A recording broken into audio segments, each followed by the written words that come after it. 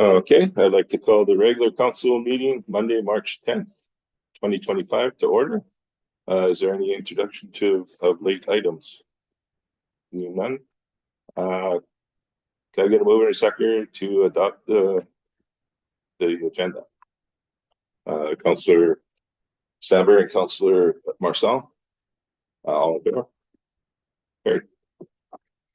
The first item is the adoption of minutes from the regular council meeting, that the minutes from the regular council meeting held February 24th, 2025 be adopted.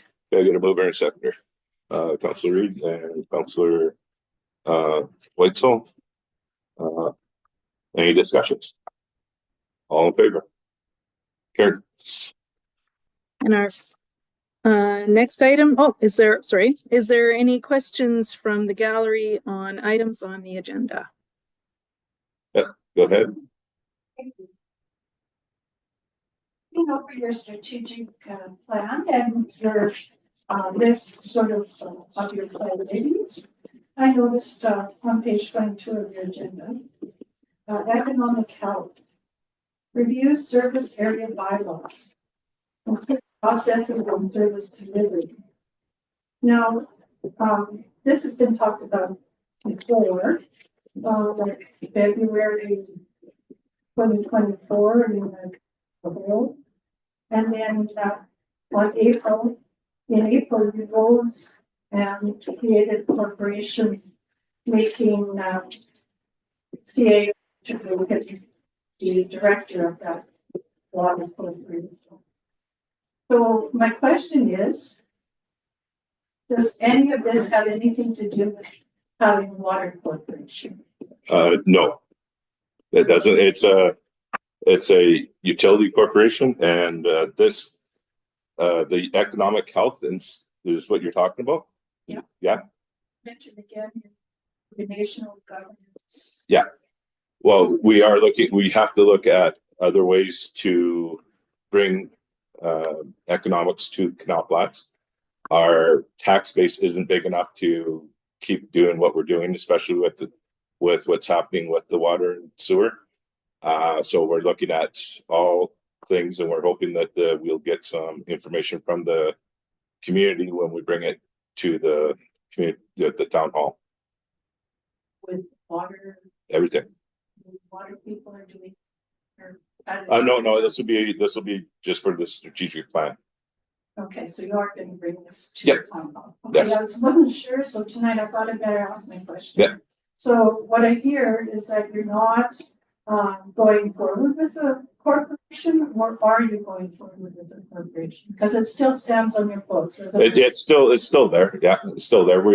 We're hearing. We're going to hear from the community what direction they want to go. The corporation can be dissolved at any time.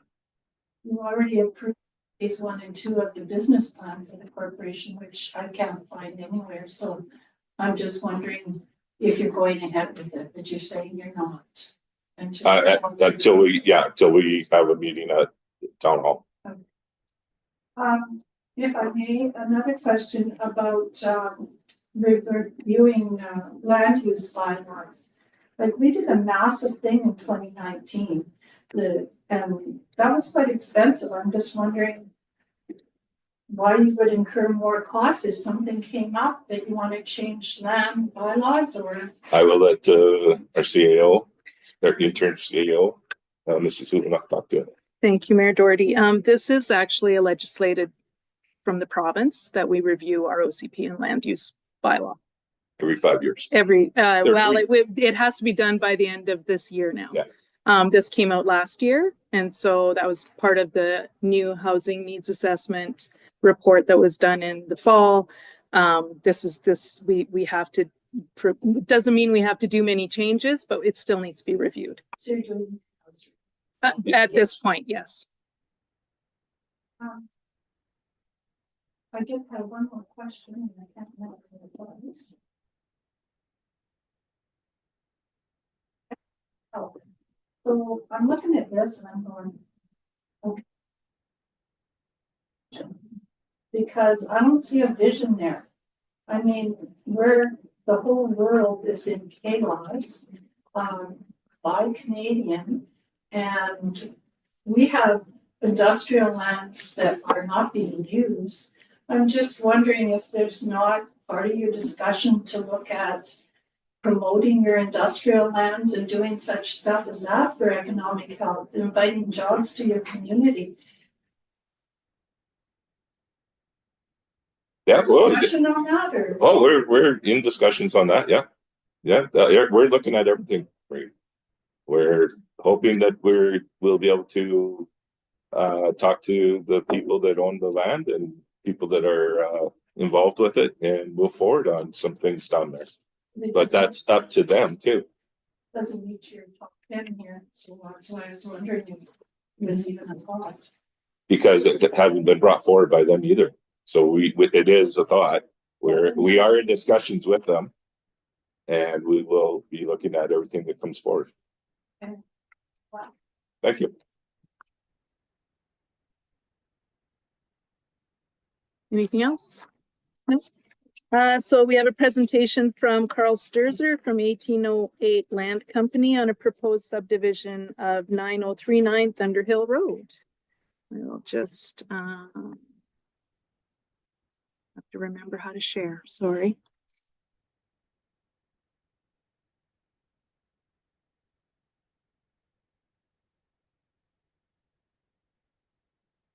Sorry, just bear with me.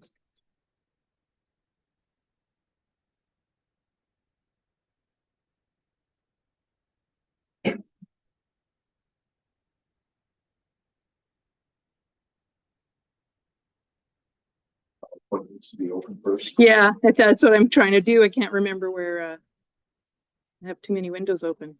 There it is.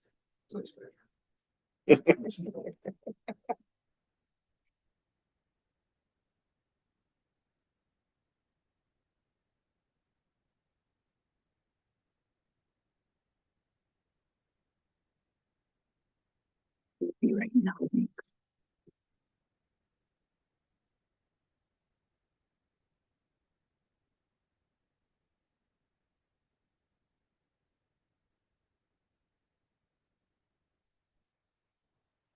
Okay, there we go.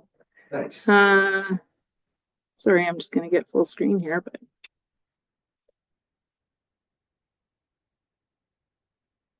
Or not. or not. What is happening? We're just gonna that full screen. No. Anyway, sorry. I'm sorry. What is happening with this thing? There we go. Okay.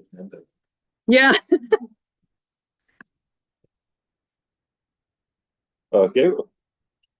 That's good. I'll try super long-winded. I appreciate the opportunity to come before council tonight and to present this. And you know, the document that's on your books tonight is stuff that I had provided to Sylvie earlier, and then to this PowerPoint. So I'll kind of try and stick to a timeline by reading a lot, but if you have a question anywhere along the line, please feel free to ask. So what we're asking for is proposed subdivision support. And the reason for this is, and we'll through in a minute, is just this land is in the agricultural land reserve. And so, you know, part of that process is, you know, relatively to the local government, where your local government would make application to the LP versus a private landholder. It used to be where I would go to the ALC and then follow through the next steps with the Village of Canal Flats as an example. But today, Village has to make that application for us on behalf of us to ALC. So this is important just to gauge, you know, the Mayor and Council's support on this. So that's why I want to bring it to you guys tonight. So again, thank you for meeting with me tonight. Presentation summary. We're going to go over tonight what is 1808 Land Corp, some history and background on this property, the property location, property information, request for subdivision, rationale for subdivision, and proposed plan of subdivision. Sorry, I just keep moving through here. On that next screen, Sylvie. Thanks for There we go. doing that. Yeah. So 1808 Land Corp, what is it? I founded this company in 1808 because Brian Fair came to me a little while ago and said, look, I'd really like to move forward much to Mrs. DeLorme's questions tonight, I'd like to try and make something happen with our lands. I'd like to move it forward on behalf of the community and ourselves. Would you help with that? And at first I was kind of, no, I'm not really interested. But as we work through this, of course, I'm always an ambassador with Canal Flats, love the Flats. I would like to see things move forward. And I think in my capacity now, not being a member of council, I can probably be a good advocate to help for, make those sort of things happen. So our company is focused solely on Canal Flats, and it says that we're extending across the Columbia Valley. Eventually we may, but right now today it's only Canal Flats. Mandate is one of the legacy to create an impact, long-lasting value for all stakeholders through thoughtful planning and strategic development of Mr. Fair's lands. It's the people in this company are myself and a gentleman by the name of Greg Mills. We both bring a lot of experience in land development and home building, both locally and Canal Flats projects across Canada. I would just pump my partner's tires on this. Greg Mills, he's a little younger than me, close to my vintage.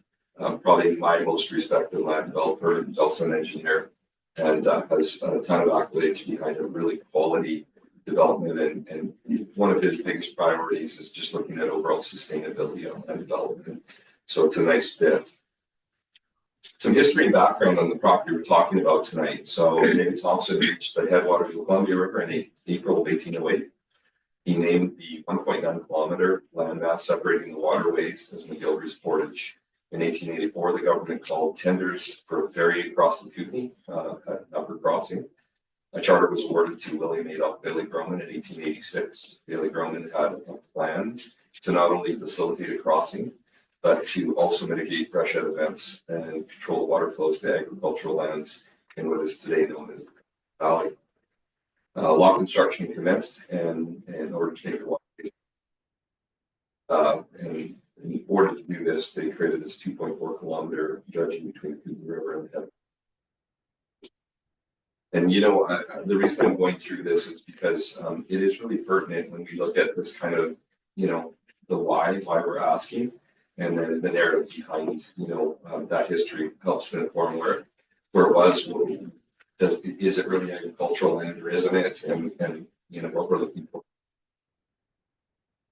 A local post office was created and was called Groman in 1888 to 1889, Thunderville 1893, Canal Flats 1913 on.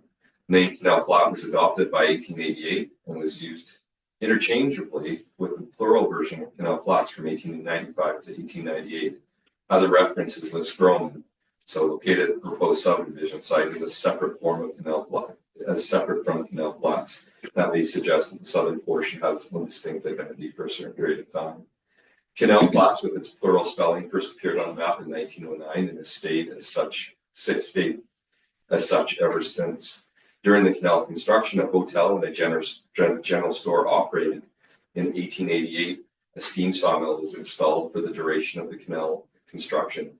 Shacks provided winter accommodation for over 200 workers. Once the construction crews left the hotel, which Charles J. Brownwig took over, was too large for any likely patronage. The business soon closed, and by 1906, all that remained on the Groman town site was an abandoned hotel. In 1916, the hotel and its surroundings were destroyed by a fire, and in 1931, another decimated the last of the structures in that area. So when you look at that area, a lot of people just drive by and say, oh, it's just, trees and what happened. There was a lot that took place there all the time, right? Further to the history of this area, there has been decades of continued industry and commerce that has affected the surrounding lands. All within a short proximity, 1 kilometer radius is the CP Railroad, several houses, smaller bridges, the newly built Columbia Valley Vet Clinic, Sir Pete's Crusher and Loadout Yard, a rail spur, a large BC hydro substation, and the Vet Ranch. Note that all of these properties are dissected with Forestry Service Road, residential roads, easement right-of-ways, and front onto Highway 93, 95. And the one thing I'll mention as we go forward on one of the maps is coming up in the deck is it's really interesting because it actually shows, it kind of does here, but not so much. But, Canal Flats actually, Bailey Groman Avenue used to go right across the highway. And, some, veterans of the community would remember that, right? But the new highway actually dissected these properties and left kind of a jarbled mess of stuff, including Bailey Groman Avenue. It's on the other side of the highway, and fractional pieces of property. So this is just a general overview on the property location, and we just use some Google overlays on some mapping to just show kind of in real time what this property looks like. That's what we call it, the whale tail. Looks like whale tail. And then the actual worn out indicators of roads and the driveways and so on this. Okay. Zoning and regulation. Zoning of the proposed property for subdivision is A1 rural resource agriculture in the ALR. The size of this piece of property is 8.8 hectares, or approximately 24 acres.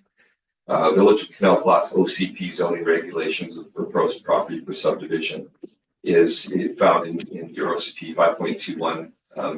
The purpose of A1 rural agriculture zone is to accommodate and preserve rural natural wilderness and agricultural landscapes. 5.26 says no parcel should be created in the A1 zone, which is less than the following minimum parcel size, which is 40 acres.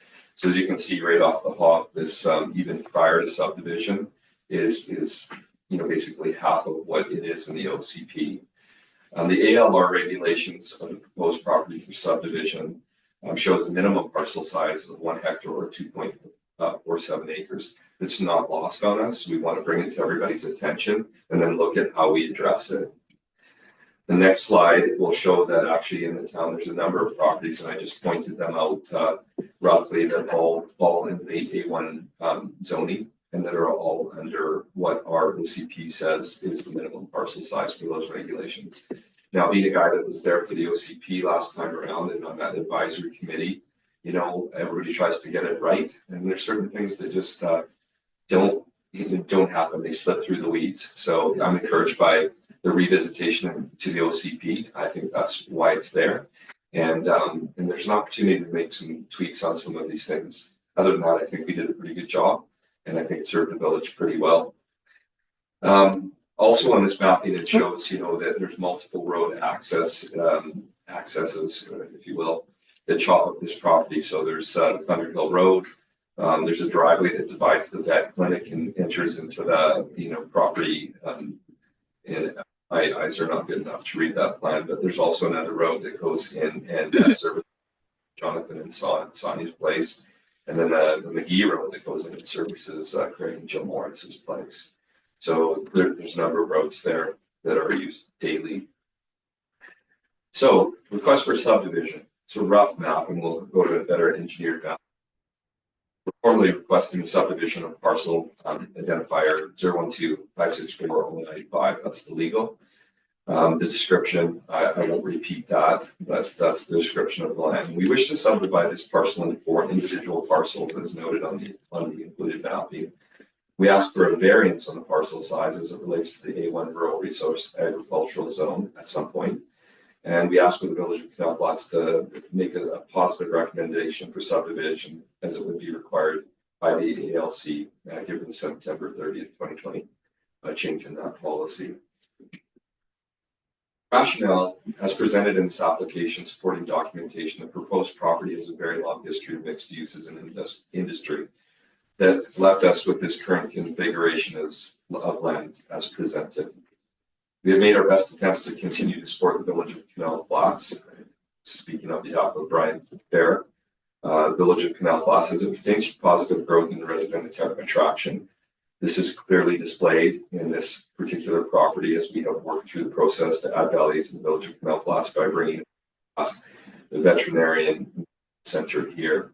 And I'll just stop there and put a point in it for a minute, because it's important to realize that this property originally was tied to another property that's located, part of it is on the old airstrip, and the other part is just to the west of the school.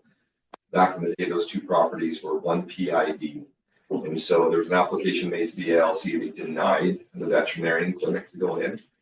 Appeal was sent back to them saying, look, you can't deny this based on this big agricultural picture of treatment. In fact, these two pieces of land separated by kilometers.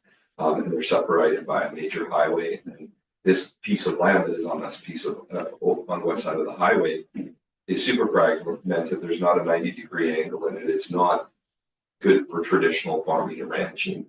And they came back and they revisited their decision, and then they approved it. And that facilitated the separation of these properties to gain their own PIDs, etc. So a little more history there. In our attempt to further more positive development, we believe the remaining portions of this property are limited in their use due to the odd configuration of the property boundaries, but do feel that there would be some potential to create small parcels which would provide boutique agricultural possibilities for young agrarians and people wanting to farm, but are limited in their budgets and the size of what they can afford to do. We feel that the property is already carved up through roads and access points to adjacent properties that require easements through the land. Given this, we are working with these current constraints and only looking to formalize what is, in essence, already a divided property. The clinic currently employs 11 staff members that include veterinarian techs, veterinarian doctors, as well as administrative members. Most of these people have come from various other communities, and several have agricultural aspirations. There's some of those people that would be interested in maybe having these pieces of land and doing something. Additional properties such as the included in our ask could be very beneficial to the permanent retention and the demographic of these individuals. Small acreages are hard to find in this valley, which eliminates a new wave of small farming practitioners. This would also allow a variety of young families to participate in agriculture at an affordable level. Finally, as property owners, we need to be mindful of the ability to debt service our lands. With the successful subdivision of this property, it allows us to not only pay it forward, so to speak, but reinvest in canal plots as well. The objective is to take a non-utilized piece of land, break it up into bite-sized chunks that will work for people, attract some more people that can fill those pieces of land. And vis-a-vis Brian's intentions are just to reinvest in canal plots. Through his whole process of trying to work through master planning and subdivision of his lands. That's his goal. So I need to pass that message along to you guys. So this next slide here is more of the formal proposed plan of subdivision. And it's really interesting to look, and if it's all right with everybody, I'm going to roll over here to the screen. Sorry, but if you look, here's Highway 93, 95. This is Bailey Groman Avenue that right now dead ends here. But back in the day, before this highway came through, that was Bailey Groman all the way through. This was a formal lot, that was a formal lot, and so on. So with the highway coming through, it's carved it all up and it's left pieces of land like this, non-utilizable, and taken away from some of the other people's properties. But then you also have, Bailey Groman Avenue right here that is not used, and there's nothing really redeeming about it. So our attempts is to first pass, look at getting the subdivision proposition through, hopefully, and then try and work with everybody to kind of formalize and do some housekeeping on this. And just for a record on some notes, I met with Jonathan Shear today, and this property as an example, he would love to, this property right here, he would love to just make this piece part of his. And eventually, if the village of Canal Flats can do something to clean up Bailey Groman, then it's just natural. So now this piece flows from soup to nuts, if you will. And that's why we left this small piece in that is grossly under the size of what is required under the OCP and is also under the minimum parcel size in the ALC. And I think there's a really good argument for that because that would actually benefit their land. And in meeting with them actually as recent as this afternoon, he said their overall plan is to actually do some more agricultural things over there, and they would love the opportunity to have something like that. Out of this simple thing. So anyway, I just thank you guys for your opportunity to present. We took this property on as sort of like one of the very first passes of Brian's lands, because it's really it's convoluted and it's kind of crazy, but it's a good housekeeping point, and it's a good way to potentially move forward and to free some things up. I will be coming to you guys in the future with some other plans, and I'm really excited about what's going on. So I think again, it's an opportunity on my side to help you guys succeed, help the community succeed, help Ryan succeed. And of course, I always say this, but in my world, I want to live here and grow here and here forever. And so does my wife. And when we look at it, it's, today I was up to Invermere and back twice, 200 kilometers, right? It just would be so nice to, run through the finish line and create some really good amenities here. And that's fully my goal, and I'm working on that. I look forward to working with the mayor and with council and trying to get some of these things done. So if you have any questions at this point, please ask me. If you have any questions beyond this, please reach out. I'm glad to answer any questions anytime. Yeah, go ahead. How do you ensure that, like, when you go to subdivide, that it will stay as agricultural property? And one of the things you're mentioning is that there's also people that have interest in being like low, like kind of startup sort of farmers or agricultural types of, land use. How do we ensure that it does stay as agricultural throughout this? Well, the quick and dirty answer is that we're not asking for this to be removed at the ALC. So if we were, we'd have to come back to the Village of Canal Flats and we'd have to ask for your support to remove it from the ALC. So it's not our intention. We would love to see some boutique farmers and young agrarians come in. That's really our plan. Okay. And for each of the 4 pieces that you've subdivided, all of those meet that that minimum parcel size of the 2.47? They do not. They do not. They do not. So, what we're hoping to do is put this in front of the ALC and then have the ALC come back and comment to us. We imagine that they're probably going to come back and say, well, you've got this and you've got that. But we need to start the narrative, and we can't start that conversation without you. Okay. The railroad that runs through there is what types of considerations need to be made for the tracks? Because that's still an active rail line, right? Correct. So there's a few things. The historic canal on the backside is fully separate and not owned by these properties. So there's actually a very wide berth between the tracks and between these lands. Number one, I don't know, kind of a guessing man, but I would like to think, reading the tea leaves out there and so on, that things are changing all over. And I think risk mitigation is a big deal for CP Rail.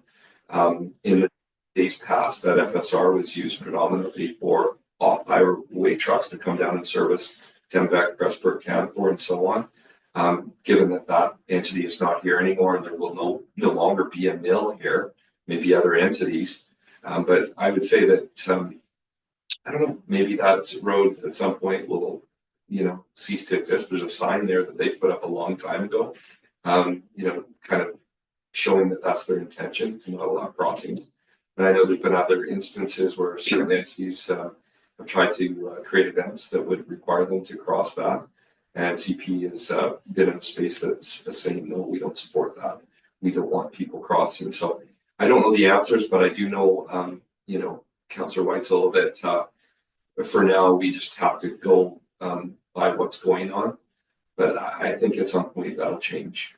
So I guess that if everything were to continue moving forward, it would eventually dead end before the tracks. And then that would cut that road going up to the Finley Creek. If that ever happened by CP, yeah, that's what That would be up to CP. Yeah, completely out of our purview. Like we have one way or the other, if they keep it open for the next 200 years, and if they close it next week, it's either there.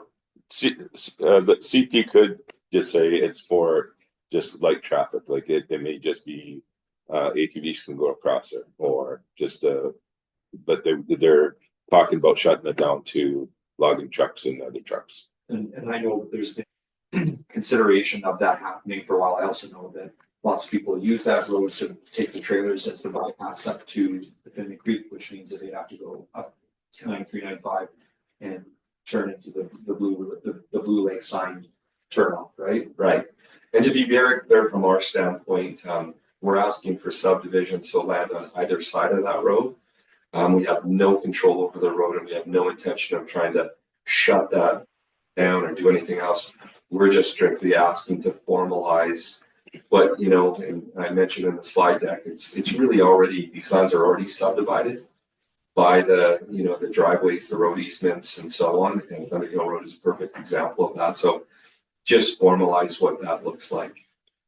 I have a question. So, Bailey Groman on this side of the highway, or Yeah. on that side of the highway, you would want it shut or eliminated up to McGee Road?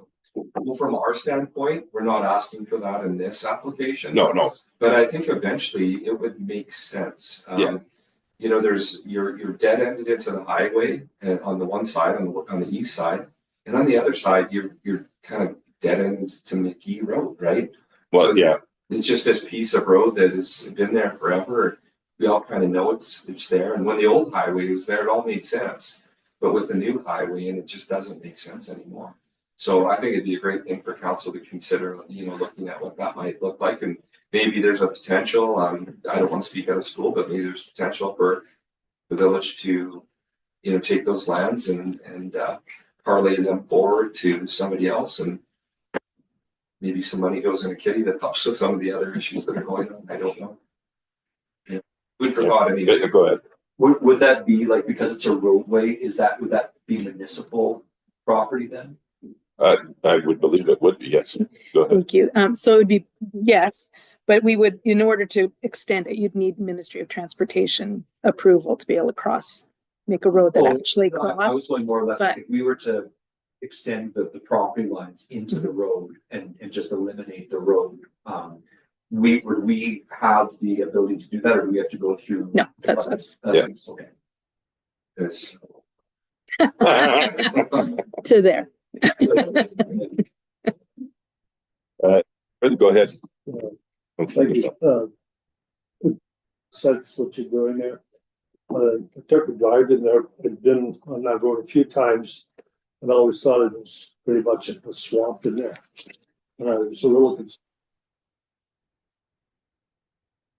But our diking proposals and whether this kind of makes any effect, or how valuable those lands would be just because of the RC land. Yeah, it's really interesting and a good question. I mean, everybody that's been over there, including the vet clinic, you know, and as a builder nowadays, we go through all these mechanisms with civil engineering and geotech engineering. So to do anything, you know, you need to be able to address that. That said, at one time there's a full sawmill over there and a hotel and buildings and a post office and a general store. It's all doable, for sure. And I think on this level, you'd really be looking at, you know, typically on those parcel sizes, you know, 5 and 6 acres roughly are what the two bigger parcels are. And on those, you'd be able to, you know, have a little house and have, you know, a little, you know, whatever you'd want to do. Already there's some people kind of got some sputterings, you know, how rumors go. And some people came and said, hey, you know, if you ever are successful on those, we'd be really interested. One of the suitors wants to do a lavender farm, right? There's just kind of some neat, cool things that are out there. And I'm pretty sure that, you know, there'd be suitors for them, and that to your question, Councillor Marcel, that somebody'd be able to successfully build on them. Now, that said, you know, phase 1, 2, and 3 of the urban systems, you know, plan that they came up with, the dike plan, you know, as I remember it, it's been quite a while, but phase 1 bridge, phase 2 past wastewater treatment, and phase 3 all the way over the CP rail tracks. And if you look at their virtual slideshow that they have on a Fresh Out event, it is that, you know, back area where sort of that wash of water can come and then come back into the town. So it'd be nice to, you know, see all these things kind of come together. But in the meantime, it's been like that forever and ever. And I think for now, those considerations would be made for application for a building permit. No different than the way it was done for the Anything further? What's Yeah. next steps for council after today? So after today, what I'm hoping for is that council can make a recommendation to the ALC, and we're glad to come in if Mrs. Hubenoff or any member of staff wants to talk about what that looks like, come in and make that application to the ALC and say, this is what we're asking for. And we could even, you know, provide them a better slide deck or whatever we need to do for that. And then beyond there, we'll wait for their opinion to come back. They'll probably send APC out to look at the land and then, you know, make some decisions based on that or recommendations. And then it's a bit of a waiting game. And then beyond that, you know, it would be for us to make a formal application for A subdivision and B for a variance, just based on parcel size because of the A1 zoning. And then hopefully we could be successful and move forward on the final details of that. So And we would be providing a letter of support. Is there a cost for that application? through the ASA, I don't believe, Yes. is there? I think so. I think it's $1,500 now, or 1,215, something. I just looked into it for another resident and I can't remember. It doesn't surprise me, but I mean, if and when that comes through, then we can provide that to go along with the application of the LC. Okay, I will have to get back on that Yeah. model route. Anything further? Yeah, go ahead. When do you need a letter of recommendation? As soon as possible. We know that these things take their sweet kind of time. So, I know you guys are busy. There's a lot going on, but if you can, the sooner the better would be awesome for us. Oh, well, thank you. That was very informative. Thank you guys. Thanks, Appreciate it. Carl. The next item is the CAN4 referral that the letter from Canadian Forest Products Limited regarding public input for February 2025 be received for information. Can I get a mover and a seconder? Councillor Reid and Councillor Weitzel. Any discussion? All in favor? Here. The 2025 strategic plan, that council approve the 2025 strategic plan and that the following top priorities be identified in the plan. Just leave a blank there for Yeah. now. Get a mover and a seconder. Councillor Stanberry and Councillor Reid. Any discussion? Go ahead, Councillor Weitzel. So reading through these goals, and actually on the same plane as what Mr. Williams kind of brought up at the beginning. I find that a lot of what the goals or the priorities that we put in here they're just a little bit too broad. They're not really in terms of, we don't have a hard priority that we're putting in. Everything is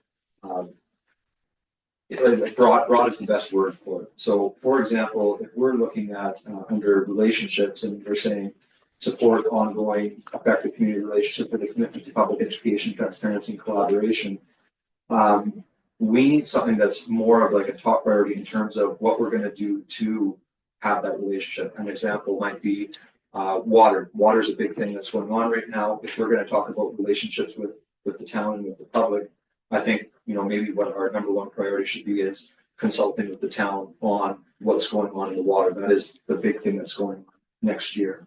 If we're talking about the OCP and zoning bylaws for the housing attainability, what specifically within the OCP are doing or amending to help allow and facilitate that. And then for the economic health and the organizational governance and excellence, they're almost the exact same point. And so we're just talking about using bylaws and reviewing bylaws. I think we need to be more direct to, and really say what that priority is going to be and have something tangible at the end of it to make it actionable. Because if we just say we're just going to review bylaws, it has no action item that's in there that we're actually reviewing. We have to wait for somebody to stand up in front of here before we actually review it when they're asking for something. So what are we going to do to bring people into Canal Flats and ensure that our top priority is ensuring that we have individuals and businesses that are going to come in? What specifically are we going to review in there that's going to drive that? Yeah, go ahead. Thank you, Mayor Doherty, through to Councillor Weitzel. So if you remember, this is just the priorities and then the work plan comes after. Once council adopts the strategy plan, then that's my job to actually come forward with a work plan. And that's where those items would be listed. So that's why they're not here. I have no problem changing these. I just threw something at the wall to see if it would stick. So I have absolutely no problem. It was just a topic to discuss. But yes, but to name the actual priorities of the tasks, that's going to come afterwards and not be part of this plan, because those could change based on a grant application being approved or not, things like that. So that's the thinking behind it from Tracy as well. I see the need, like where there is high level and why we would want to have high level within there. But I think that when we look at the plan itself, and we have each of our economic health, each of these tiles that we put within our plan, that kind of gives us what that high level is. And there needs to be a priority that we're going to do within that high level that we're going to create. And we're going to talk about it That next. we're going to make that work plan forward. I think that if we're gonna approve this, and we are gonna get more specific with it, that is great. I just think that if we're going to have a request for decision on this, This was this order. what's that? This is just in order that we can change the order of this right now if we want. It was just No, it's not like the 1, Four. 2, 3. It's what's listed underneath. yes, So and we're going to be changing that too. Okay. Further? Yeah, go ahead. Yeah, I think Councilor Whiteson. I find the lack of detail, and I'm really pleased that we're going to have a work plan attached to this. Can we get some kind of feeling as to the timeline on that? Because one of the things that is happening, and has happened in the past as well, is all these things factor into our budget. By the time we develop our budget, 5-6 months of the year are gone. And there's a couple of issues that are sitting on the budget that we discussed regarding capital investments, that waiting until the middle of the summer before you get them kind of wastes half of the year. And I refer to the David Arm for the guys to work on them, on the hydrants and so forth. That is my understanding is it's a work safe issue. And it's not really an argument on our determination of the budget numbers. I wondered if there's a way to force or process that faster by council approval that we authorize the sums to purchase that, despite it's a 2025 budget item. And that and that's the kind of specifics that maybe we need on some of these other issues as well, is when we're going to have them so that we can get that work done. Yeah, go ahead. Thank you, Mayor Doherty. To Councillor Marcel, it's the problem is that without council approving a strategy plan, I can't make a priority list or a work plan because I don't know what that is. This needs to be adopted before I can do anything further. Yeah. And that it's just a process so that we can move forward with the strategic plan and bring forward all the stuff that we want as priorities in the list. Well, I guess my point being is it's been an issue that by the time some of these capital items are bought, they basically set themselves back again. And it's happened in the past for taking machinery. It's happened even for having a snow tractor bought in last year and then getting it ordered in time to get in for that last season. So something like a safety issue is not an argument. It's a fact that we are needed for the crews to do their work. So it's a 2025 budget issue. So could you just do a one motion by a specific item?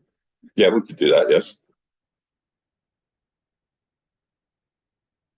Into the budget for 2025. Yeah, I thought we were going to do that anyways, but yes, we can do that. You go ahead. I can ask Mr. Pronk to prepare a report for the next council meeting to have that approved. Yeah, that would be good. The other one I'm not sure that this is particularly that kind of an issue would be a supervisor's truck. And we talked about the crazy times we're living in with tariffs and whatnot, and cars and automotives and the prices of cars go up like we're talking about, which we're not looking to buy. It'll put a load on used market as well. And the used market will price, and I wonder if you shouldn't be shopping for the truck as well. To budget, we set, reduce it from 70 to 50 to 40. Yeah, we can do that. I've got another report. Yes, Yeah, and it's for discussion, but I think those are things that'll help our public works people move ahead. Particularly on the safety issue. Truck is, I guess you take the shot. There's a really nice looking truck down by on Granger Road at meeting. Or not a meeting at Boys Development. okay. Anything further? Go ahead, Councilor Watson. I just want to make sure that I'm just clear with what I'm saying. I believe like with what we approved, quality of life, security, safety, economic health, 1 through 6, completely there with everybody. It's just what the priority is underneath of that I do think needs more specific. Yeah, and we will be working on that and changing that. If I may. Go ahead. Thank you, Mayor Doherty. One more thing too, that was an optional page. Yeah. If council wants to skip that page, adopt the plan and just go straight to a work plan, that would be And priorities. okay as well. This top priorities page was optional, and if it just delays Yeah. things, makes things Yeah. more complicated. Yeah, go ahead. I'm not gonna hold this up because like the main headers are there. Yeah. It's just, I think when we are setting priorities, like to set a priority, we need to be tangible with what we are setting. So if we're gonna say we're doing something for interior health, what specifically are we doing? Are we gonna do an advertising campaign to get more interior on the Canal Flats? That's a specific priority that we are going to look at doing. But that's, I'm fine with everything that we're doing. I'm not gonna hold this up. It's more for. Okay. Okay, go ahead. Could we make it the whole meeting where this would be the topics of discussion? We have those meetings scheduled. Yeah, we could do that. The next committee of the whole meeting scheduled is not until April. Because it would have been today. Yeah, oh, it's only one. Yeah. I was thinking it would be the next 2 weeks. But if you make it scheduled, then we'll target it. And we'll, everybody- So what you're suggesting is you want to make a special meeting or the, Could we No, just defer it just until next meeting? go ahead. I'd like to make a motion to defer this until our next meeting, and then council has the opportunity to go over these points and put our own stamp on it. And Can we get a Can we- second? No. Okay. Then that's defeated.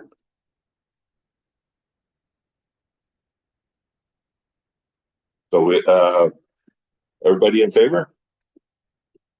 Carried.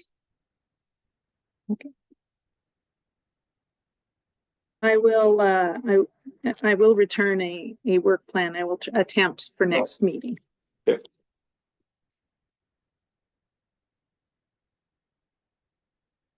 The last item is the public notice bylaw that, oh, I didn't write the resolution, that Village of Canal Flats Public Notice Bylaw number 284, 2025 be received for no, it's not received. Sorry, be read 3 times. Get a move in a second, please. Councilor Whitesell and Councilor Stanbury. Discussion. Yeah. No, go ahead. The second, go ahead. Are So you going to expand on that? I was. yeah, go ahead. Okay. Thank you, Mayor Doherty and Councillor Marcel.